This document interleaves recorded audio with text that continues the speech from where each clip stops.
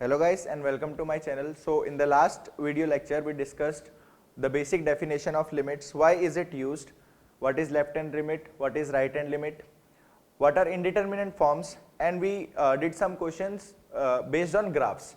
We found out the limits at some point which of the question in which graphs were given to us. So now moving on, we have some more questions with us, okay, not the graph type, some different type of questions. So starting from the first one, what it is saying is you have to find the limit when x is tending to greatest integer of x. This is greatest integer of x, okay. So we'll start with the same thing, first one. For first question, what we'll do is we'll find the left hand limit. So what will be the left hand limit?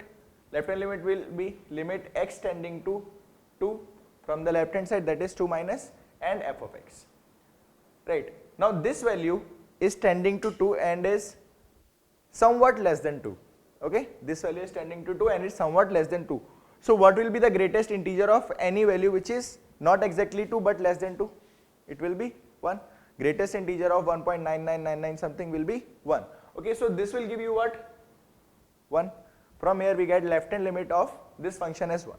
Moving on, the right hand limit. Right hand limit will be when we move to 2 from the right hand side.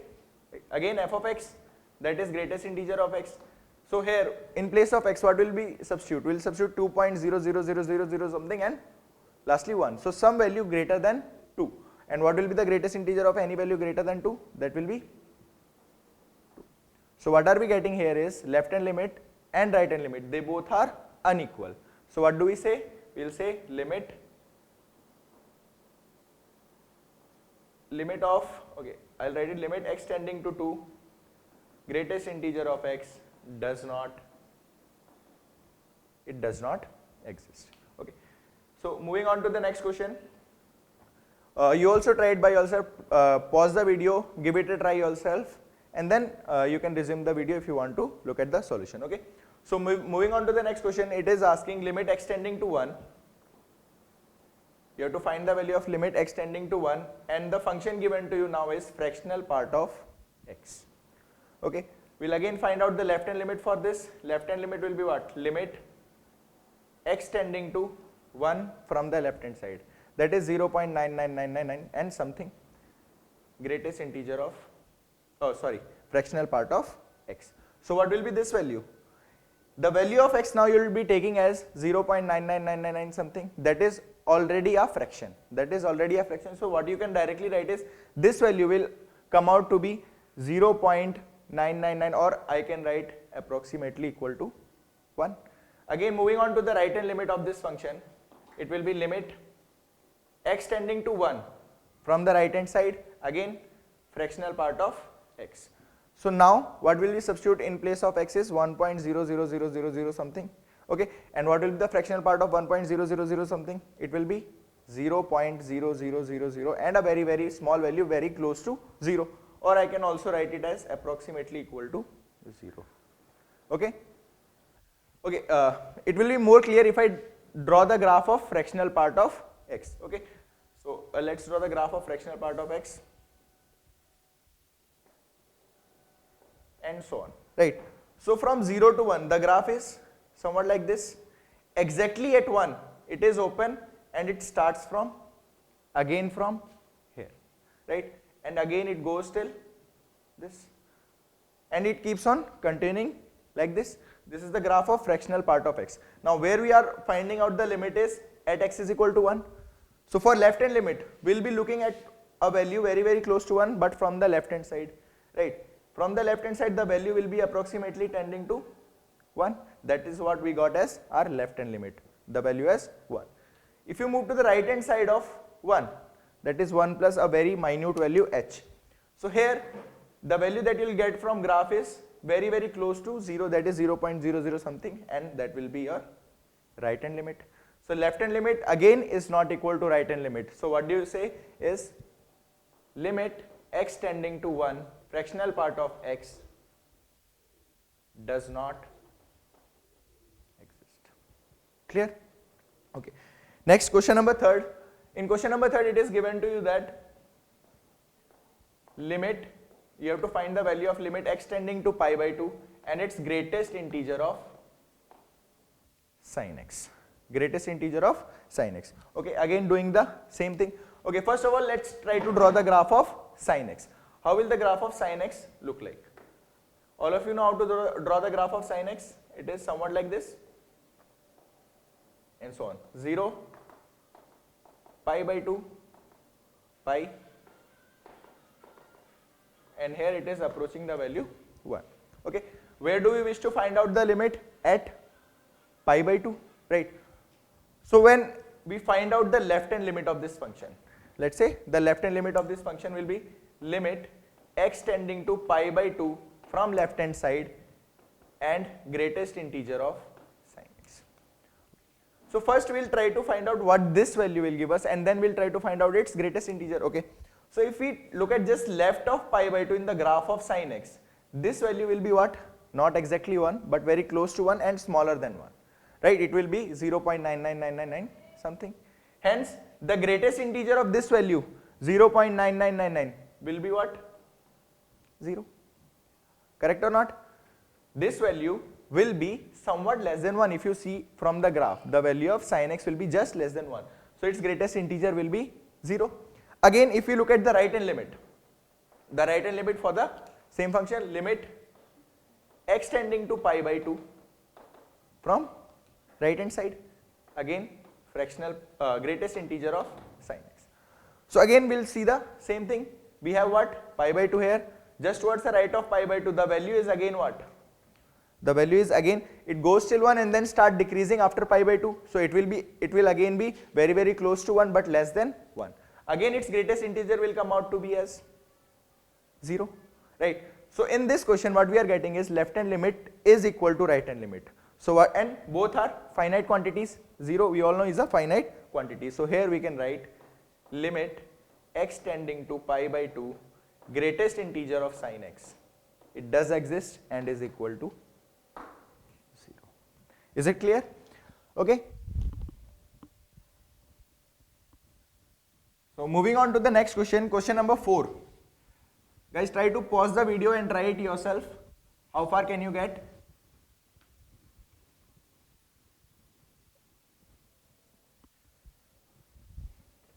Okay. So question number 4. What it is trying to say is you have to find out limit x tending to 0 plus. That is, you have to only find out the right hand limit now. Okay. So what we have is limit x tending to 0 plus greatest integer of x by x. Okay. Now many of the students get confused by looking at this. They consider it as a 0 by 0 form, but it's not 0 by 0 form.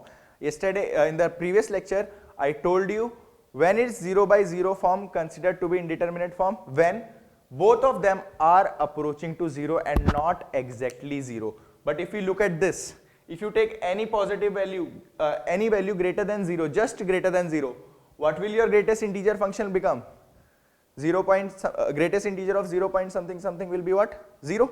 So this value will be what now? This value will be exact 0. This value will be exact 0. And this value will be a finite value, finite positive value 0.00 something. Okay, it's not exactly 0, approaching to 0, but some finite value.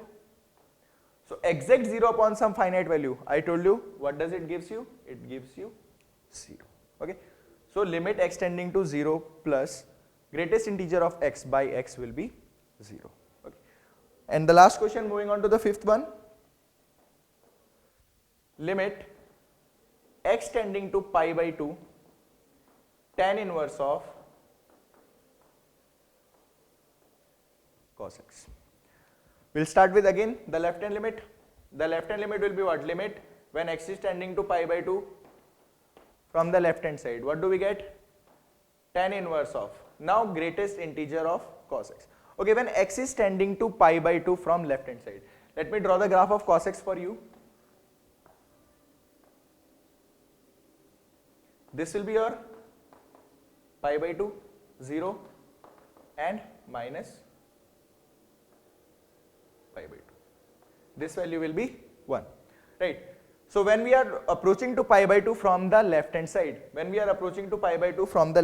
so if you look at just very close to pi by 2 from the left hand side. What does cos x gives you? It gives you a value very close to 0, greater than 0. So what will the greatest integer of that value be? It will be 0. And what will be tan inverse of? Finally what we are getting is tan inverse of 0. And what is tan inverse of 0? It is 0, right? Tan inverse x varies from minus pi by 2 to pi by 2, both open. 0 is inside the range of tan inverse x, right? Next, right hand limit. It will be limit x tending to pi by 2, but this time from the positive direction, tan inverse of greatest integer of cos x. Now again, if we move to just right of pi by 2, what will cos x give you? It will give you a value, negative value, minus 0.00 something. And what will be the greatest integer of that value now? It will be minus 1. So here, what will this give you? It will give you minus 0.0000 something. Okay, very small value, less than 0, not exactly 0. So this whole greatest integer will become now what? Minus 1. What will be tan inverse of minus 1? If you remember the range of tan inverse x, it will give you what? Minus of pi by 4. Again, if you look at this, the left hand limit and right hand limit both are unequal. Hence, what do we say? That limit x tending to pi by 2 tan inverse of greatest integer of cos x does not exist. Okay, so moving on, next is indeterminate form. I already gave you a brief idea about what are the various indeterminate form. Okay, now we'll study these further into detail. Okay, what are indeterminate form? So if we put x is equal to a in fx, whatever fx is given to you, if you directly substitute x is equal to a in fx and the expression, the resulting expression is of the form, okay, if the resulting expression is of the following forms, the 7 indeterminate forms are there: 0 by 0, infinity by infinity, 0 into infinity, infinity minus infinity.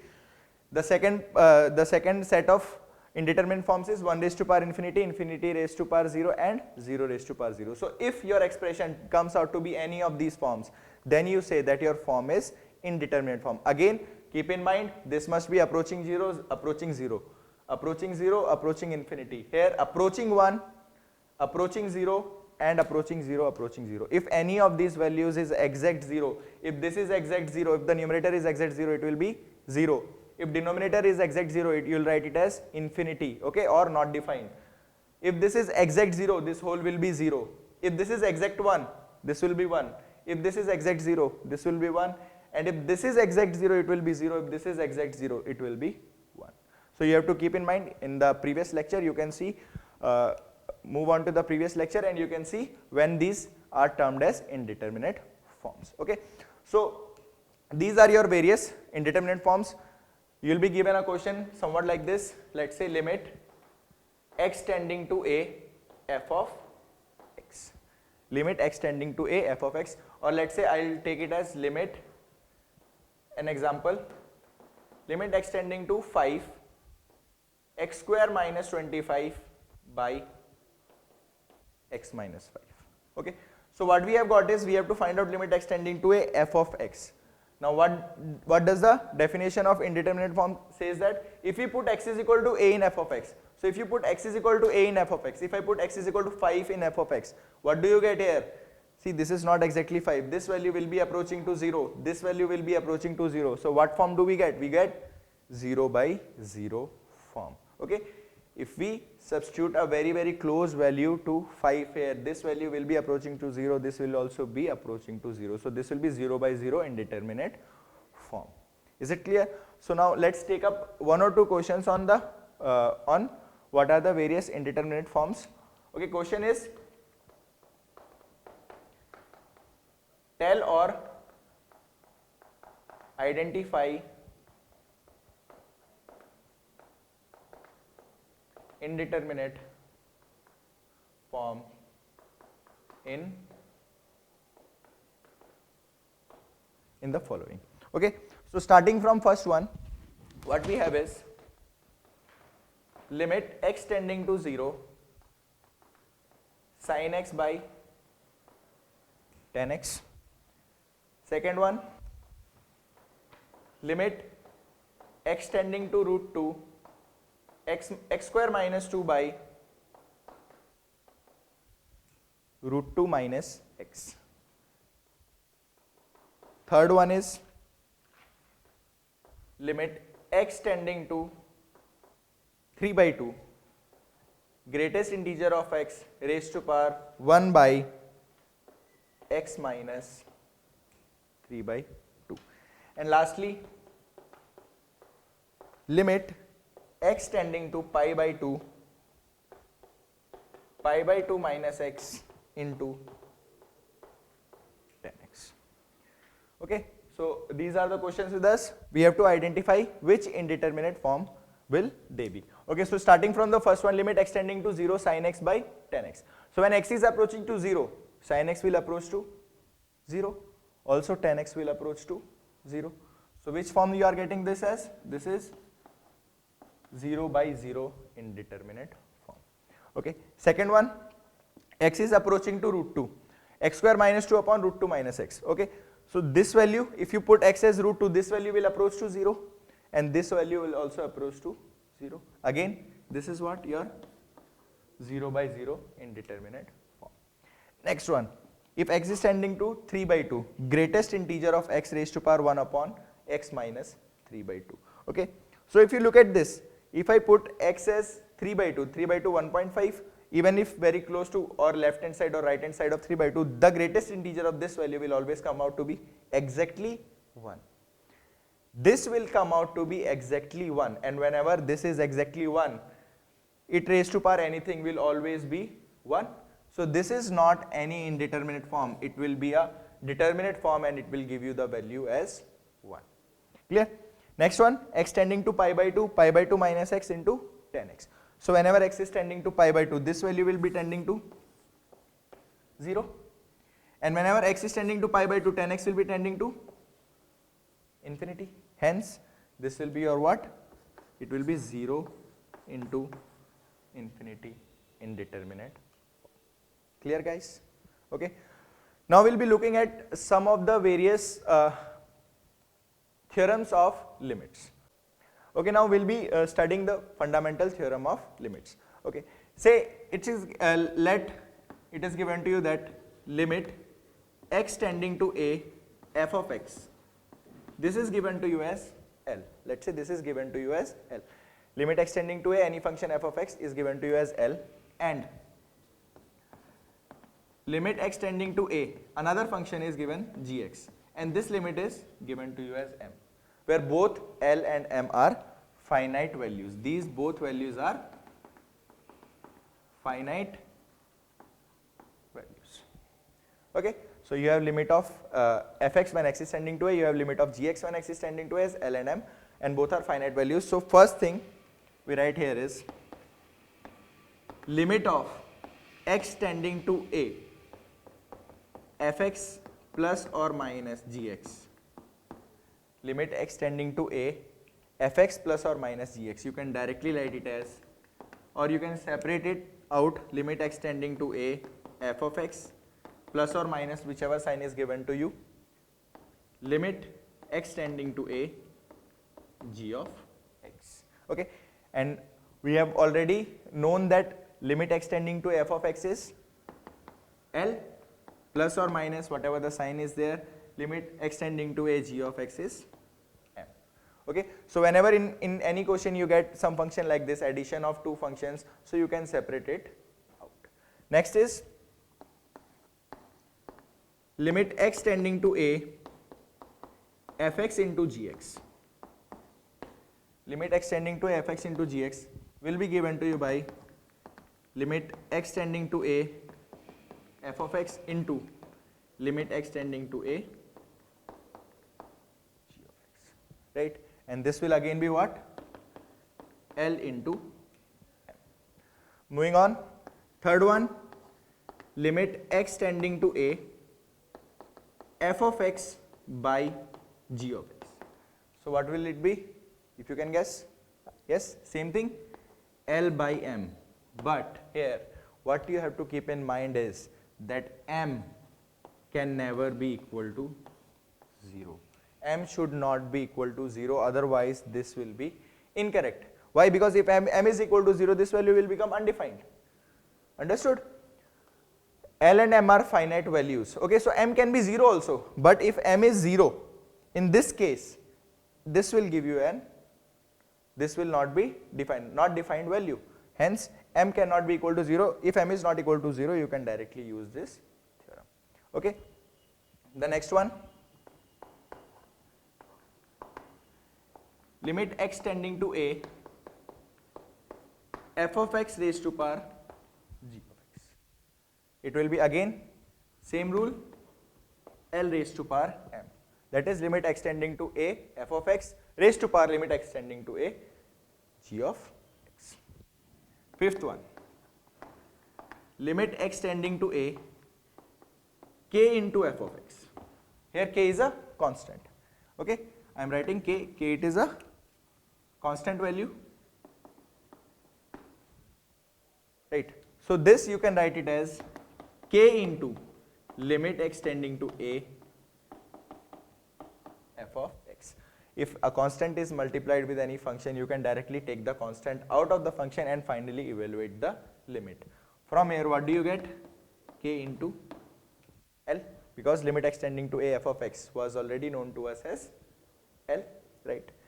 And the last one, limit x tending to a, f of g of x. If a composite function such that, like this is given to you, limit x tending to a, f of g of x. This will be nothing but, you can write it as f of limit x tending to a, g of x. F of limit x tending to a, g of x. Now this value will be what? This value we already know it is m. So you will get this as f of m. So is it correct? Many of you think that yes, it will be correct, but no, it is not completely correct. Why? Because we don't know the domain of f, whether f is defined or not defined at m. So what you should keep in mind is that f of x must be defined at x is equal to m. Otherwise, you can't use this. Because if the function is not having definition at x is equal to m, you will not get any value from here. Understood? So these are the various theorem of limits that you can use in various questions. Okay, so moving on from here, what we have is, we have some methods to remove indeterminacy. Okay, we have known 7 indeterminate forms. Okay, now we don't know how to remove those indeterminate forms. Okay, so there are various methods to remove indeterminacy. So the heading will be methods to remove.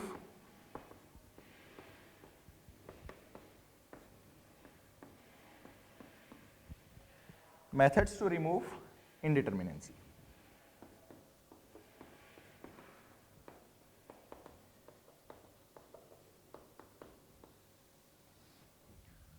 Right. So the basic method that we use to remove indeterminacy are, starting from first one,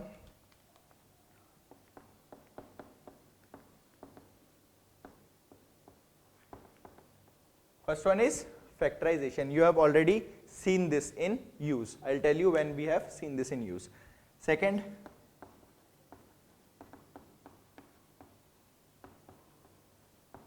rationalization. Third, use of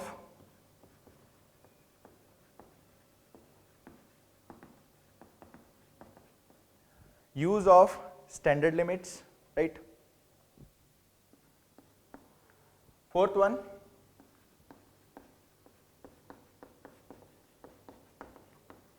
using substitution. And lastly, use of expansion series. You can use expansion series to evaluate some limits. We have expansion series for e raised to power x, ln1 plus x, sin x, cos x. Okay, so we use those type of series to evaluate the limits. Okay, we'll be doing all of them one by one. So we'll start with the first one, that is factorization. Okay, we'll start with the first one, factorization. Let's take a basic example from this one. Let's say your question is limit x tending to 3, x square minus 9 upon x minus 3.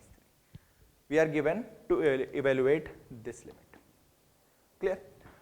So if we directly substitute 3 here, or a very close value to 3, this value will be tending to 0, denominator value will also be tending to 0. This is what your 0 by 0 indeterminate form. Yes. Now what does factorization say is, whatever is there in numerator or denominator, what do we do is we factorize them. We'll factorize them, or I can write this as limit x tending to 3, x square minus 9, a square minus b square, you can write it as a minus b, a plus b by x minus 3. Yes. Okay. So now when x is tending to 3, not exactly equal to 3, we can cancel these out.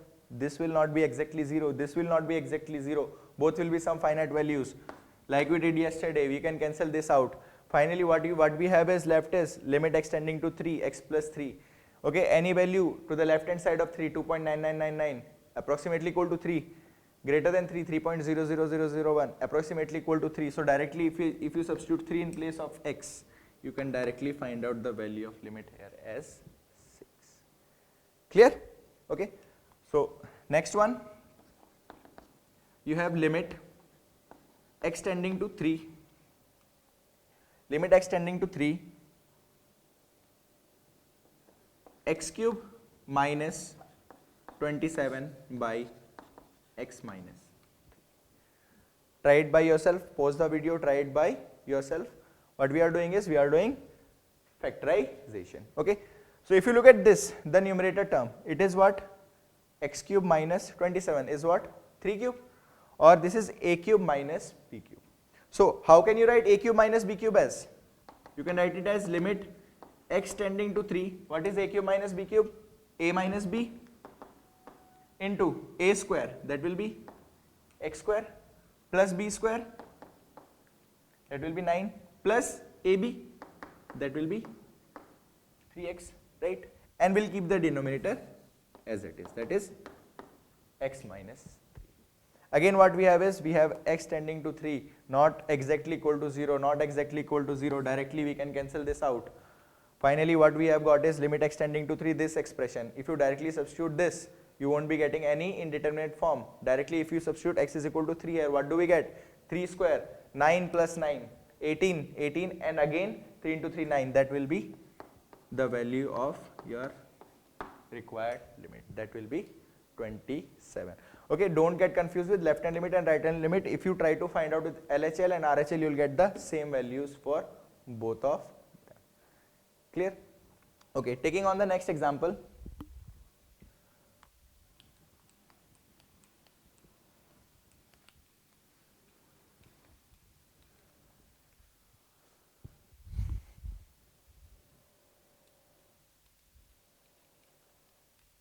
What we have is limit x tending to 1, x square minus under root x by root x minus 1. You have to evaluate this limit. Okay. If you substitute again, if you substitute 1, what form will you be getting? Approaching 0 by approaching 0, 0 by 0 form. What do? We have these methods. Okay, this is under factorization. We'll try to factorize it. Okay, if you look at the numerator, what can be common in these two terms? We can take root x common in these two terms. So we can write this as what? Limit x tending to 1. If I take root x common from the numerator, what is left with me? This will be x raised to power 3 by 4. Sorry, x raised to power 3 by 2 minus 1. What is there with us in the denominator? We have x raised to power 1 by 2 minus 1. Now these terms you can't directly cancel it out. This is x raised to power 3 by 2 minus 1. This is x raised to power 1 by 2 minus 1. So if you look at this expression carefully, this is what? X raised to power 1 by 2 whole cube minus 1 whole cube. Again it is becoming what? In the previous question we did a cube minus b cube, we can write it as a minus b into a square plus b square plus ab, right? So this will give you what? Limit x tending to 1, under root x is still outside, this is a cube minus b cube, what we can write it as?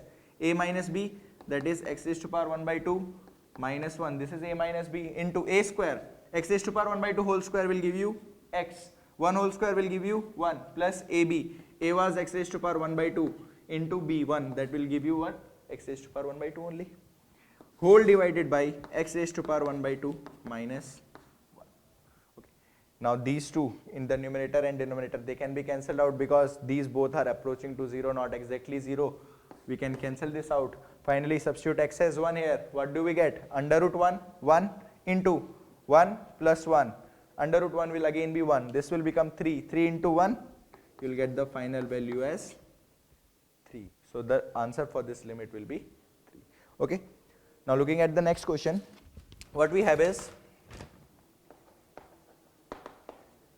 limit x tending to 2, x raised to power 6 minus 24x minus 16 by x cube plus 2x minus 12.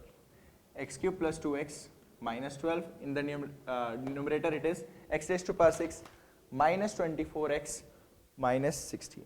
Okay, and limit x is tending to what value? 2. So if I try to put 2 here, in the numerator what will I get is 0. Denominator also if you put 8 plus 4, 12 minus 12, again it is approaching 0, numerator and denominator both approaching to 0. So this is what form? 0 by 0 form. Okay. So what should we do now? Okay. But we know that if you put x is equal to 2 here, this value is tending to 0. That means x minus 2 will be a factor of this or not? Yes, x minus 2 will be a factor of this or not? It will be a factor of this. Again, if you put x is equal to 2 here, this is also giving you what? 0. So x minus 2 will be a factor here also. So what if I divide both numerator and denominator by x minus 2, or if I take x minus 2 common from them? So what do we get? Limit x tending to 2. Here you will get x minus 2 into. Okay, what do we need is x raised to power 6 minus 24x minus 16. So this will be, you can use the long division method. It will be x raised to power 5 plus 2x raised to power 4. See, what we are, if we multiply x with x raised to power 5, we are getting what term? X raised to power 6 term. But if minus 2 is multiplied with x raised to power 5, you will get minus 2x raised to power 5. So what you have to do is, you have to compensate it. So we'll add plus 2 into x raised to power 4, 2 into x raised to power 4 into x will give you 2 into x raised to power 5. So this and this, the next term that will becoming will cancel out. Again minus 2 into 2, minus 4x raised to power 4. So again we have to cancel it out. What should we do? We'll add 4x cube. If we add 4x cube into x will give you what? 4x raised to power 4, which will cancel when this and this gets multiplied, right? But again, due to this and this, you'll get another one term that will be minus 8x square. So what should we do? We'll again add 8x. Okay. So what we were getting here is 4x cube into minus 2 minus 8x cube. So we have to compensate that also. So what do? Is we multiply it by 8x square. Next, due to this 8x square, what we are getting is minus 16x square. So we have to cancel this out also, because after x raised to power 6, the only degree term in this numerator is of degree 1. So what do? Minus 16x square, we have to cancel it out. So what we should add? We'll add 16x. If you add 16x, what do we get here? 16x square minus 16x square, they will get cancelled out. From here, what do you get? Minus 32x. Okay, and lastly, if you add 8, minus 32x plus 8x will give you minus 24x, plus 8 into minus 2 will give you minus 16. So this is what the factorization of numerator will look like. Again, if you factorize the denominator also by x minus 2, okay, if we take x minus 2 common, what do we get? X square. Okay, doing cubic is easy. First we'll check for the highest degree term, that is x into x square will give you x cube. Next we move on to the constant term, that is minus 12. So how do you get constant term? When this constant term gets multiplied with the constant term here, So it is minus 2 here. So what should it be multiplied with to get minus 12? That is plus 6. Okay, and lastly what you want is plus 2x. So if this x gets multiplied with this 6, so you'll get 6x. What do you want? 2x. That means you have to subtract 4x. What you have already have here is minus 2. So if you add plus 2x here, is it the correct equation? This and this are the same equation or not? Yes. Now what we have is, we have x minus 2 in the numerator, x minus 2 in the denominator. Both not exactly 0, again tending to 0, you can cancel these out. So expression becomes much more easier. Now if you substitute x as 2 here, what do we get? We will not get 0 in the denominator for sure, and we will not be getting 0 in the numerator. Even if we get 0 in the numerator, it does not matter. Right, we are not getting 0 in the denominator. So it will be a determinate form. Hence we have removed the indeterminacy. Finally substitute x is equal to 2 in the equation. What do we get? 2 raised to power 5, 32, plus again 2 raised to power 5, 32, plus again 2 raised to power 5, 32, again 2 raised to power 5, 32, plus 32, plus 8, divided by, in the denominator what do we have? 4 plus 4, 8 plus 6, 14. Right. So this will be what? 32 into 5, that will be 160, 160 plus 8, 168, 168 by 14, this will give you what? Clear? Okay, so this is how we use factorization for our good use. Next, the last example from this. Okay, last example from factorization, and then we'll move to the next method, that is rationalization. Okay, so the question is, limit x tending to 1